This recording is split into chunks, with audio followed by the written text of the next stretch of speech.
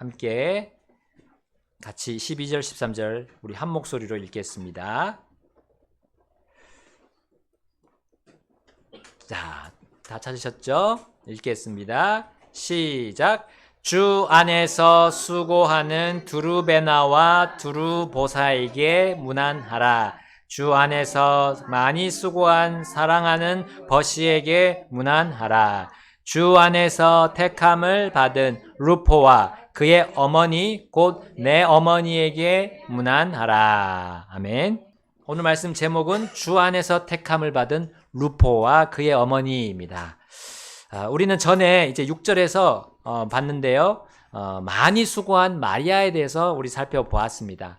자, 그때 우리는 그 마리아가 어떤 마리아였던 것으로 우리가 간주했습니까? 예수님의 어머니 마리아가 아니고 마가의 어머니 마리아로 간주했습니다. 마가복음을 기록한 그 마가의 어머니. 자, 이제 그녀는 예루살렘 교회 초기부터 큰 역할을 했음을 우리 보았습니다. 자, 그녀처럼 여기 나오는 두루베나, 두루보사, 그리고 이 버시 역시 주 안에서 수고하고 많이 수고했던 여인들이라고 바울은 성도들에게 추천했습니다. 자, 여기 두루베나와 두루보사가 이름이 비슷하죠? 성이 두루는 아니겠죠? 근데 하여튼 혈육인 것 같아요. 그리고 자매 같아 보입니다. 자, 또한 여기 버시가 나오는데 버시는 펄시스 해서 페르시아 출신의 여인으로 우리 생각해 볼 수 있습니다. 자, 공교롭게도 바울이 이 서신에서 그 수고하고 있다는 그 칭찬하면서 수고하고 있는 그 사람들을 소개할 때 그 모두가 여인이었다는 겁니다. 남자는 없었어요. 형제는 없었다는 거죠. 교회 안에서 이 자매님들의 역할이 얼마나 큰가, 우리가 얼마나 많은 일들을 담당하고 있는지를 볼 수 있는 대목입니다. 자, 권위를 가지고 보통 지도하는 이 남자, 우리 형제님들의 입장만 교회에서 큰 역할을 하는 게 아니라는 거죠. 우리 교회나 가정이나 우리 사회에서 정말 큰 역할을 담당하시는 분들이 여인임을 우리는 알 수 있습니다. 여러분, 주님은 결코 불평등하지 않으십니다. 하나님께서는 남자와 여자에게 각자의 역할을 정해 주셨습니다. 자, 그리고 그 역할에 충실할 때 그들 각 사람을 하나님께서 칭찬하시고 추천하시는 거죠. 자, 그러므로 우리는 나와 다른 사람을 비교할 이유가 없습니다. 또 비교할 필요도 없어요. 다른 사람의 능력이나 어떤 섬김을 보고 열등감을 느끼기 전에 우리는 그걸 보고 좋은 자극으로 받아들여야 합니다. 주님이 그걸 원하세요. 특별히 우리 도전받는다라는 말 하잖아요. 도전받는다. 그런 말을 우리 교회에서 많이 썼습니다. 요즘엔 잘 안 쓰는 것 같아요. 예전에 저는 어릴 때 한나 나이 조금 더 클 때는 교회 나오면 형제자매님들이 우리 이제 성인 형제자매님들이 도전받는다 그런 말을 많이 하셨어요. 자, 이거 어떤 의미입니까? 선한 경쟁을 하고자 하는 의지를 말합니다. 선한 승부욕을 가진 거죠. 그러니까 하나님으로부터 오는 그런 보상들의 어떤 열정을 가지고 그것을 받기 위해서 내가 좀 더 잘해보려는 그 의지를 말합니다. 이걸 도전받는다라고 표현해요. 자, 성도라면 이 하나님께서 주신 역할과 일에서 다른 사람보다 뒤처진다면 이거 매우 부끄럽게 생각해야 된다는 거예요. 성도라면. 다른 교회 우리가 보세요. 우리 여러 가지 접할 수 있고 또 유튜브로도 접할 수 있는데 다른 교회가 하는 거 우리가 또 우리 교회 하는 거 비교가 됩니다. 그럴 때 우리 교회가 저 교회보다 별로 열심도 없고 열정도 없다.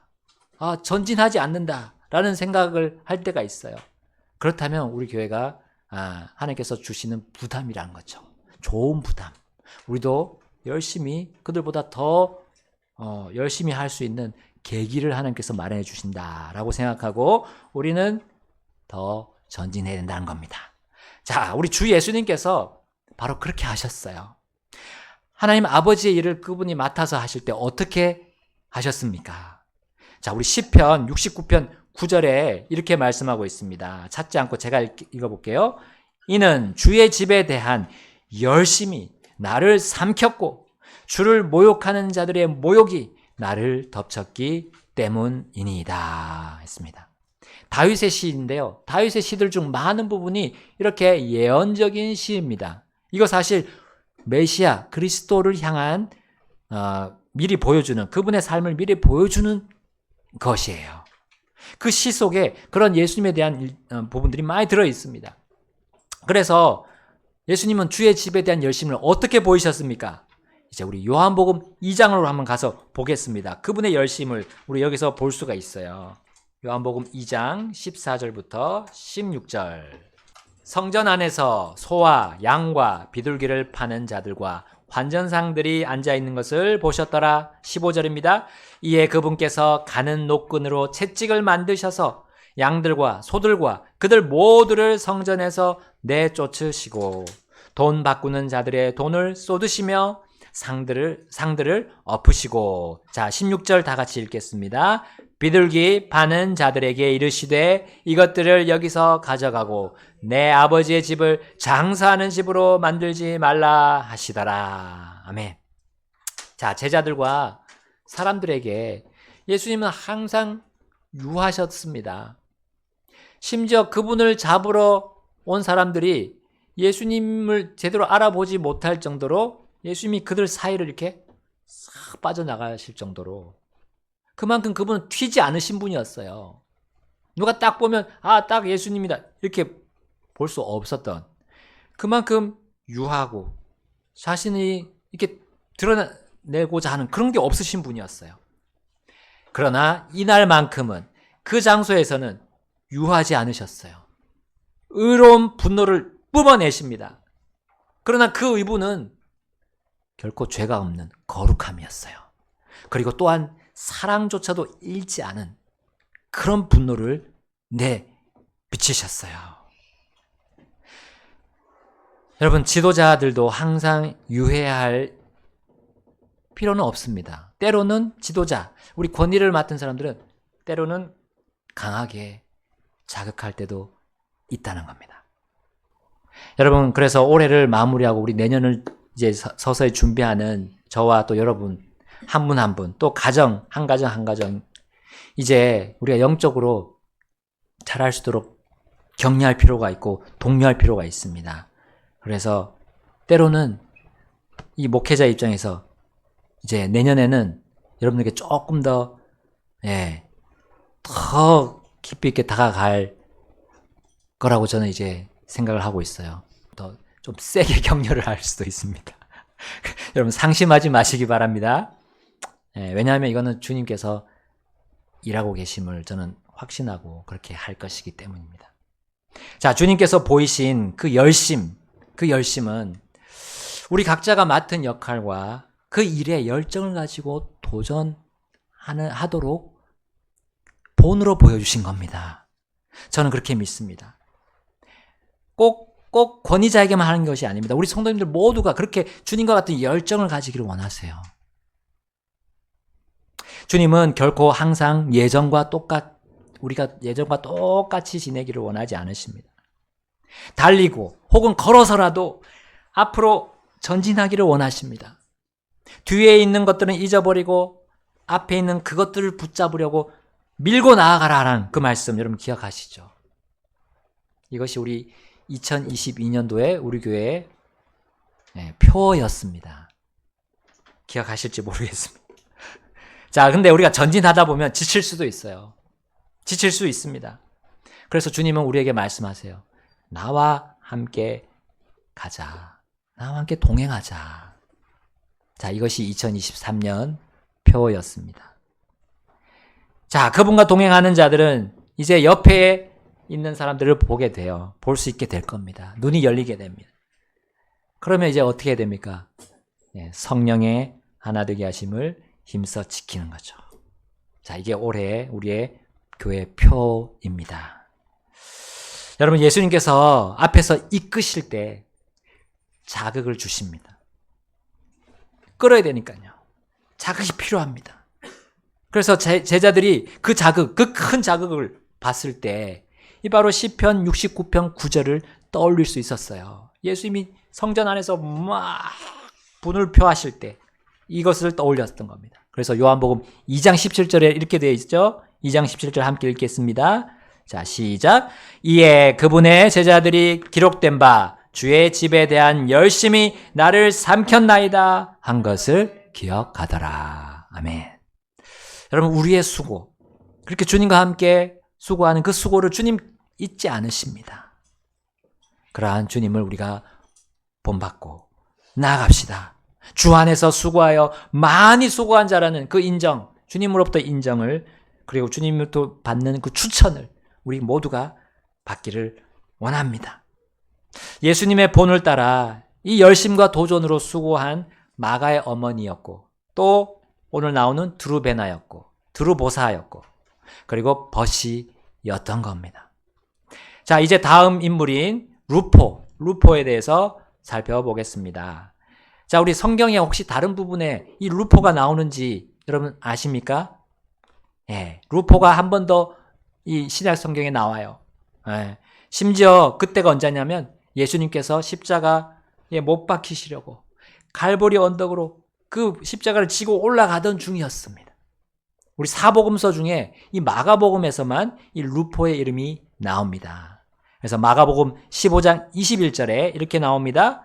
그리고 그들이 시골에서 나와 그곳을 지나가던 알렉산더와 루포의 아버지인 구레네 사람 시몬에게 그분의 십자가를 억지로 짊어지게 하였더라. 이게 마가복음 15장 21절입니다.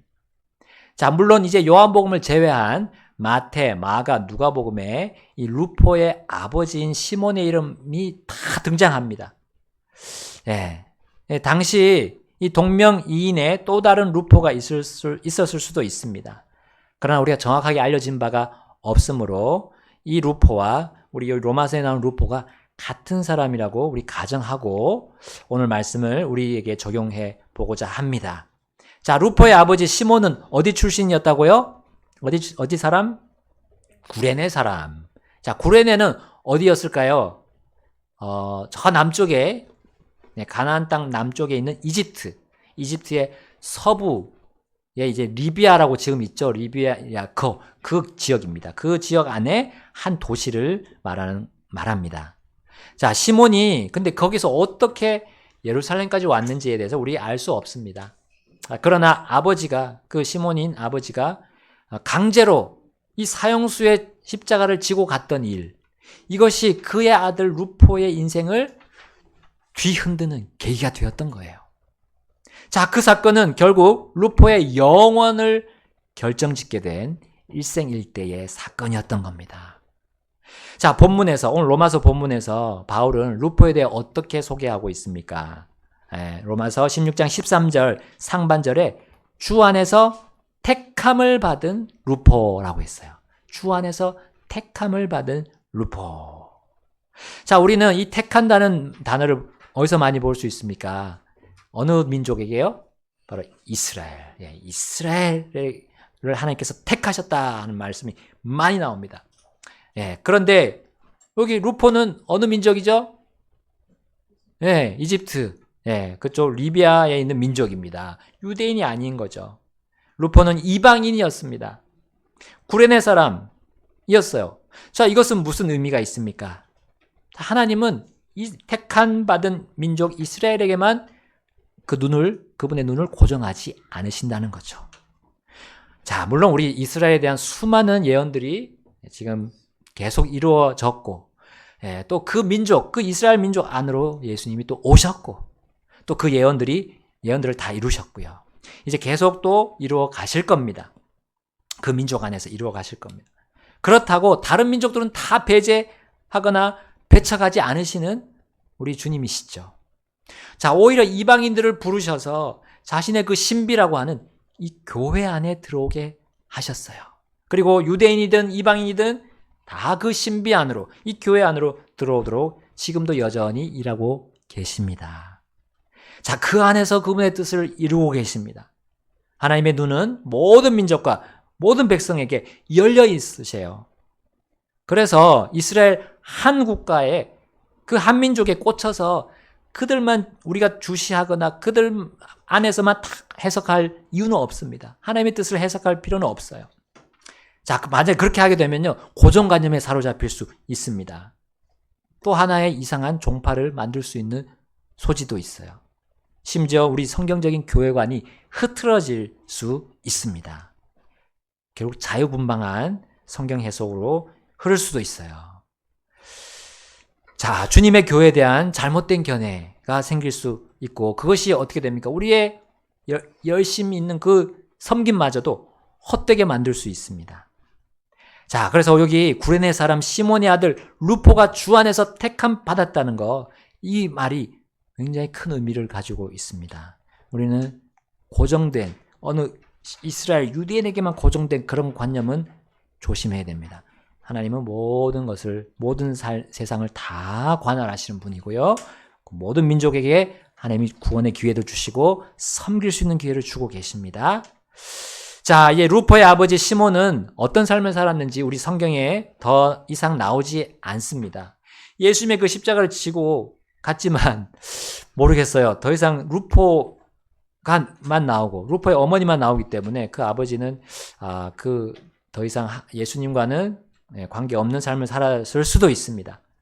자, 그러나 루포만큼은 이렇게 바울을 통해서 다시 성경에 등장하게 하셨기 때문에 우리는 그가 주 안에서 택함받은 자들의 모임인 교회에 속했음을 우리는 알 수 있습니다.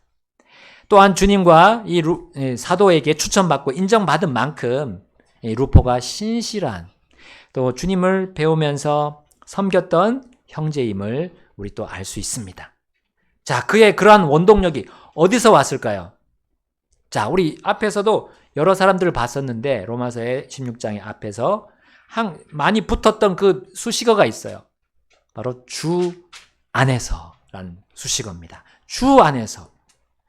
우리 성도가 주 안에 있을 때 성도는 바로 주 예수님처럼 살아가는 겁니다.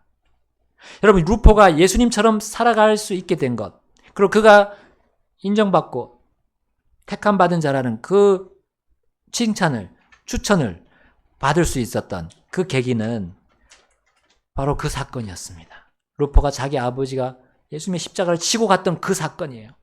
그래서 누가복음 23장 26절에 이렇게 나와 있습니다. 우리 가사 한번 보겠습니다. 누가복음 23장 26절. 그들이 그분을 끌고 가다가 시골에서 나오는 구레네 사람 시몬을 붙잡고 그들이 그에게 십자가를 지워 그가 예수님 뒤에서 그것을 지고 가게 하더라. 아멘. 자, 우리 마태복음, 마가복음 비교해 보시면 여기 다른 표현이 하나 있습니다. 바로 여기 맨 끝에 나오는 그 문장. 그가 예수님 뒤에서 그것을 지고 가게 하더라. 요거예요. 자, 물론 당시에 주님의 십자가를 진 사람은 루포가 아니라 그 아버지 시몬이었습니다. 그러나 그 일은 예수님께서 이미 하신 말씀이 현장에서 이루어지고 있는 사건이었어요. 예수님이 그 전에 무슨 말씀을 하셨냐면 누가복음 14장 27절에 또 누구든지 자기 십자가를 지지 아니하고 나를 따라오는 자는 내 제자가 되지 못하느니라. 아멘. 자기 십자가를 지지 아니하고 나를 따라오는 자는 내 제자가 되지 못하느니라. 반대로 말하면 자기 십자가를 지고 예수님 따라가는 자는 예수님의 제자가 된다라는 거죠. 루포는 예수님을 구주로 믿은 후에 어떤 삶을 살았을지 이 말씀이 보여주고 있습니다. 루포는 그때 그 사건 결코 잊을 수 없었을 거예요. 루포는 훗날 교회에 속해서 이제 주님을 섬길 때 시험과 고난이 왔을 겁니다. 그런데 그 고난이 올 때마다 정말 이렇게 기도하면서 극복하지 않았을까요? 그래, 아버지가 그 예수님의 십자가를 지고 예수님 뒤를 따라서 골고다 그 갈보리로 올라가셨지. 나도 그렇게 하는 것이 주님의 뜻이구나. 주님, 저를 받아옵소서. 여러분, 주 안에서 택함을 받은 루포는 훗날 이제 이 복음서들을 읽으면서 자신이 그러한 삶을 사는 것이 주님의 뜻이었음을 딱 확신하지 않았을까요? 그리고 주님처럼 자기 십자가를 지고 가는 그 의미를 충분히 깨닫고 그분의 말씀에 순종했을 것입니다. 자, 우리 아까 누가복음 14장 27절 그 앞뒤 문맥을 봅시다. 먼저 26절을 보겠습니다. 26절, 만일 누구든지 내게 오면서 자기 아버지와 어머니와 아내와 자녀들과 형제들과 자매들과 참으로 자기 생명까지도 미워하지 아니하면 능히 내 제자가 되지 못하리라. 우리 33절 함께 읽겠습니다. 33절. 자, 시작. 이와 같이 너희 중에 누구든지 자기가 가지고 있는 모든 것을 버리지 아니하는 자는 내 제자가 되지 못하느니라. 아멘. 그 앞에 보시면 이제 여러 가지 예가 나오면서 계산해 보는 것에 대해서 나옵니다. 예수님과 이 세상에 있는 것들, 그 외의 것들, 예수님 외의 것들을 한번 비교해 보라는 거예요. 무엇이 더 가치가 있고 무엇이 더 나를 복된 길로 인도하는지 계산해 보라는 거예요. 자, 우리 주 안에서 택함 받았다는 말은 결국 주의 제자가 되라는 주님의 말씀과 이어집니다. 구약과 신약 전체를 보십시오. 하나님께서는 이스라엘 민족이나 교회나 또 어떤 개인을 이렇게 지정하고 택하신 이후에 그냥 방치하십니까? 항상 복되고 영광스럽고 그 영원한 일을, 영원히 남는 일을 이루기 위해서 그들을 부르는 것이 바로 택함이란 말입니다. 택한다는 말이 바로 그거예요. 즉 제자로 불러서 하나님은 자신의 일을 맡기시는 거예요. 그러면 우리 주님보다 더 사랑하고 더 애착을 가지고 더 신뢰하는 그 무엇이든지 제자에게는, 주님의 제자에게는 없어야 한다는 거죠. 왜냐하면 그것들은 우리가 주님을 따라갈 때 거추장스러운 짐과 같기 때문에 될 수 있어요. 그것을 주님보다 더 바라고 더 신뢰하게 되면요. 택함 받은 자들에게 그것들은 무거운 짐이 되어버리고 맙니다. 그분의 몸된 교회가 그것들이 매달려 있을 때는 힘이 든 거예요. 주님을 따라가기가 너무나 힘듭니다. 바로 루포가 그러했던 겁니다. 그렇다고 루포가 가족과 원수처럼 지내고 직장도 막 다 내팽개치고 돈을 물쓰듯 쓰면서 교회 안에서만 잘하면서 그렇게 지냈을까요? 그렇지 않았음을 우리 구주이신 또 주님이신 예수님을 통해 우리 증명할 수 있습니다. 루포가 예수님을 따르는 제자였다면 예수님처럼 했을 것이 분명합니다. 또한 루포처럼 주님의 말씀대로 주님의 제자가 된 이 루포의 어머니를 통해서도 우리 알 수 있어요.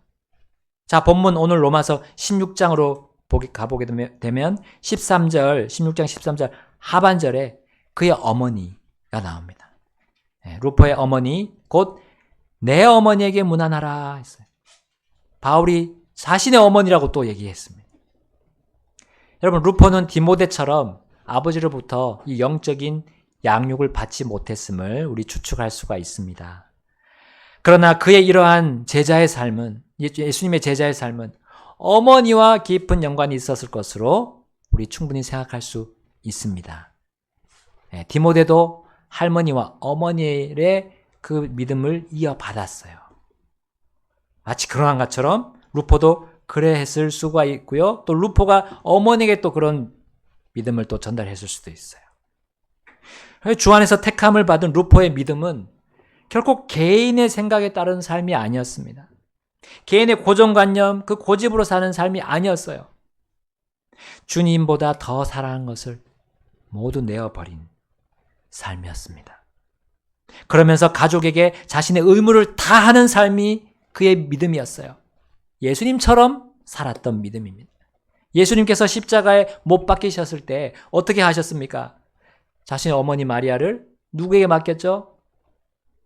네, 요한에게 맡겼잖아요. 요한에게. 내 어머니를 보라 하면서 맡겼어요. 그렇다고 결코 주 예수님의 제자임을 또 루포가 잊지 않았습니다. 자신이 주님의 제자라는 것, 주님이 항상 우선순위라는 걸 잊지 않았습니다.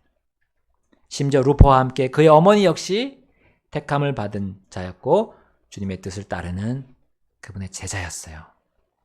바울은 심지어 루포의 어머니를 내 어머니, 자신의 어머니라고 소개했습니다. 자, 이것은 예수님과 관련된 또 하나의 사건을 우리 기억나게 합니다. 자, 어느 날 예수님의 어머니와 형제들이 밖에서 기다린다라는 어떤 사람의 말을 예수님께서 들으셨어요. 뭐가 큰일이 있었는 모양이에요. 아니면 예수님이 너무 가정에 신경을 안 써서 그랬는지 모르겠습니다. 근데 그때 예수님이 이렇게 말씀하셨어요. 마태복음 12장 48절에서 50절에 이렇게 나와 있습니다. 그러나 그분께서 자기에게 말하던 자에게 응답하여 이르시되 누가 내 어머니요 누가 내 형제들이냐 하시고 그분께서 자기 제자들을 향하여 손을 내밀며 이르시되 내 어머니와 내 형제들을 보라. 이는 누구든지 하늘에 계신 내 아버지의 뜻을 행하는 자가 곧 내 형제요 자매요 어머니이기 때문이라 하시더라. 아멘. 자, 예수님께서 밖에 있는 그 어머니 마리아와 그 형제들, 그 가족들을 거부하신 것은 아니었습니다. 그들을 멸시한 거 아닙니다. 무슨 뜻입니까? 가족보다 더 귀하고 더 중요하고 훨씬 더 가치 있는 삶이, 먼저 우선순위해야 될 삶이 무엇인지 알려주신 거죠. 자신에게 택함을 받은 사람이라면 이것이 그분이 원하시는, 주님이 원하시는 제자의 삶의 우선순위라고 선포하신 겁니다. 여러분, 그분의 우선순위는 땅이 아니라 하늘입니다. 또 이 땅의 아버지, 어머니, 형제들, 자녀들이 아니라 위에 계신, 하늘에 계신 아버지이십니다. 그분의 제자들의 우선순위는 사람의 뜻을 행하는 것이 아니라 하나님 아버지의 뜻을 행하는 것입니다. 루포가 사도 바울에게 형제라 불렸고요. 또 그의 어머니가 사도 바울에게 어머니라고 불린 이유, 여기에 있습니다. 루포와 그의 어머니가 하늘에 계신 아버지 하나님의 뜻을 행하는 사람들이었기 때문이에요. 여러분, 그래서 우리 교회 역시도 형제님, 자매님, 또 아버지뻘이 되시는 분 부형님, 또 어머니뻘 되시는 분 모매님 이라고 부른다는 사실이 얼마나 이 호칭이 얼마나 큰 특권입니까? 세상에 없어질 호칭이 아닙니다. 이 호칭은 영원히 사용될, 하늘에서 사용될 호칭입니다. 여러분, 결코 부끄러워할 호칭이 아닙니다. 어떤 분들은 자매님 부르니까 막 부끄러워요. 물론 몰라서 그럴 수 있습니다. 초신자니까. 부끄러워할 게 아닙니다. 너무나 고귀한 이름이 형제님, 자매님이에요. 왜냐하면 우리 영원히 하늘에서 계속 볼 겁니다. 계속 봐야 되잖아요. 계속 볼 겁니다. 하늘에 있는 영원한 것들이 주 안에서 택함을 받은 여러분과 저 안에 들어와 있어요.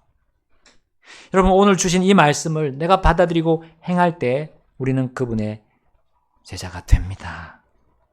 주님은 창세전에 계획한 이 모든 것들을 주님께서 만드셨고 우리에게 또 계속 심어주고 계십니다.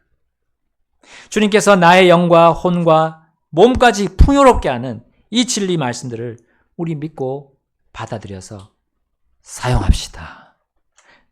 그러면 이 진리가 그 무엇보다 귀중한 것임을 우리가 알고 우리가 자유를 만끽하게 될 겁니다. 진리를 알리니 진리가 너희를 자유롭게 하리라 했습니다. 오늘 이 말씀들, 진리 여러분 뽑아내셔서 내 것으로 받아들이십시오. 그러면 우리가 직장에서 나갔을 때 내가 돈을 위해 일하지 않고 주님을 위해 일하게 될 겁니다. 내가 집에서 일상생활할 때 불평불만하지 않고 주님이 나를 통해서 지금 일하고 계심을 내가 경험하게 될 거예요. 또 우리 학교에 가서 친구들과 쓸데없는 그런 소모전 하지 않고 잘 지내게 될 겁니다. 왜냐하면 주님의 말씀에 내가 준행하고 주님의 일을 내가 최우선순위에 올려놓기 때문이에요. 주님 앞에 부끄러움이 없기 때문입니다. 주님이 나를 인정하실 걸 확신하기 때문입니다. 자, 루포와 그의 어머니는 이렇게 주 안에서 택함을 받은 대로 어딜 가든지 무슨 일을 당하든지 주님을 따라갔다는 겁니다. 여러분, 주님께서 우리 각자의 인생을 보고 계십니다.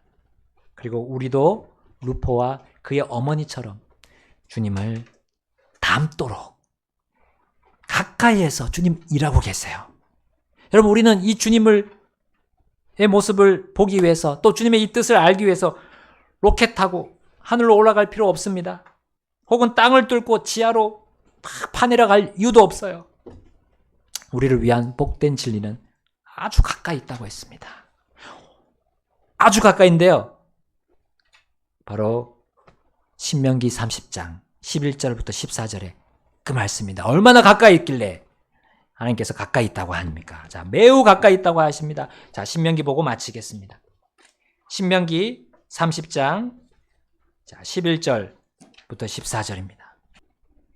이날 내게 명령하는 이 명령은 내게 숨겨져 있지 아니하고 멀리 있지도 아니하기 때문이라. 그것은 하늘에 있는 것이 아니니 내가 이르기를 누가 우리를 위하여 하늘에 올라가서 그것을 우리에게 가지고 와서 우리가 그것을 듣고 행하게 하랴 할 것이 아니요. 또 그것은 바다 건너에 있는 것도 아니니 내가 이르기를 누가 우리를 위하여 바다를 건너가서 그것을 우리에게 가지고 와서 우리가 그것을 듣고 행하게 하랴 할 것도 아니니라. 자, 함께 14절 읽겠습니다.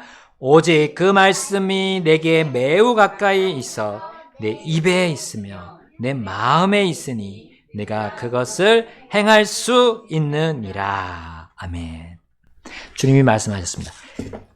내 마음에 있다. 내 입에 있다 했어요.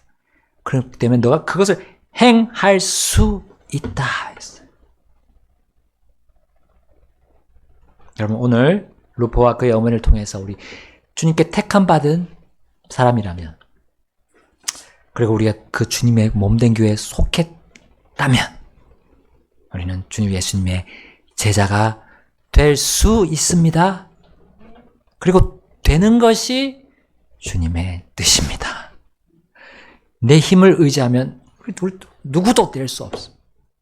주님이 한 거, 주님이 하시고 나를 이끌어 주시는 이것에 따라서 굴복하고 순종하면 어느새 내가 주님과 닮아가게 되는 겁니다. 우리 선교사님 항상 주님의 형상을 닮도록 기도 계속 하시는 것이 오늘 마음에 확 와닿더라고요. 주님의 형상 닮는 것이 주님의 제자들의 그 본 모습입니다. 오늘 우리 모두가 루포와 그분의 어머니같이 주님께 인정받고 추천받읍시다. 다 같이 우리 기도하시겠습니다.